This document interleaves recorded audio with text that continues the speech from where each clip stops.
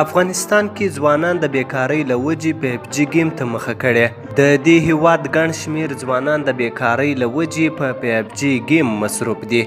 PUBG ګیم چې په دې وروستیو کې نوی بازار ته راغلی او خورا ګرم بازار لري چې په انټرنیټ ترسره کیږي او زیات شمېر ځوانان له سهاره تر ماښامه په دې ګیم مصروف وي. د دوی په خبره چې د ډېرې بیکارۍ له وجې یې دې جنګي ګیمونو ته مخه کړې ده.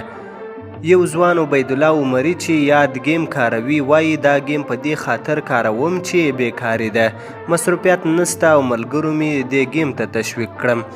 نوموړی وایي PUBG ګیم یو داسې ګیم دی چې لکه عملي د جنگ میدان کې چې جنگ کوي او دی وایي چې کله په ګیم کې د دشمن لخوا ویشتل کیږم نو سخت عصباني کیږم او حتی داسې شپه راغلې چې تر سهاره مې خوب نه دی کړی. په ورته وخت کې یو بل ځوان میرویس روشن وایي چې زه په PUBG ګیم په میاشت کې 6 یا 7 GB انټرنیټ مصرفوم. نوموړي وویل PUBG ګیم مې په دې خاطر شروع کړی چې مصروفیت مې نه درلود او مکتبونه بند، کرنتین زیات سو. ملګرو راته وویل چې په دې ګیم ښه وخت تیریږي، په همدې خاطر ما هم دې ګیم ته مخه کړه.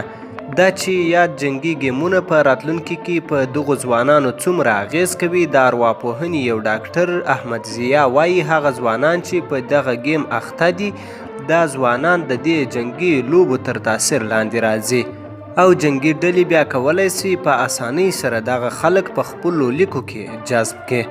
هغه په خپلو خبرو کې وویل بل زیان یې د وخت ضایع ده چې ځوانان پر دې وخت تیروي او له زده کړو څخه لرې ساتي او ورو ورو یې له زده کړو سره علاقه کمیږي او د وړتیا له پلوه هم د کمزورتیا احساس کوي. احمد ضیا وایي د شخصیت له نظره دوی په راتلونکي کې ډارن او ویرونکي انسانان پاتې کیږي او یا وژونکي او قاتلان پاتې کیږي. دغسې یو شخص زموږ د جامعې او ټولنې لپاره په دواړو صورتونو کې منفي حاصل دی. د یادونې وړ ده چې دا ګیم نه یوازې په افغانستان کې ترسره کیږي بلکې په ټوله نړۍ کې خلک په دې ګیم مشغول دي، خو په افغانستان کې ټول هغه ځوانان دغه ګیم کاروي چې متعلمین یا محصلین دي.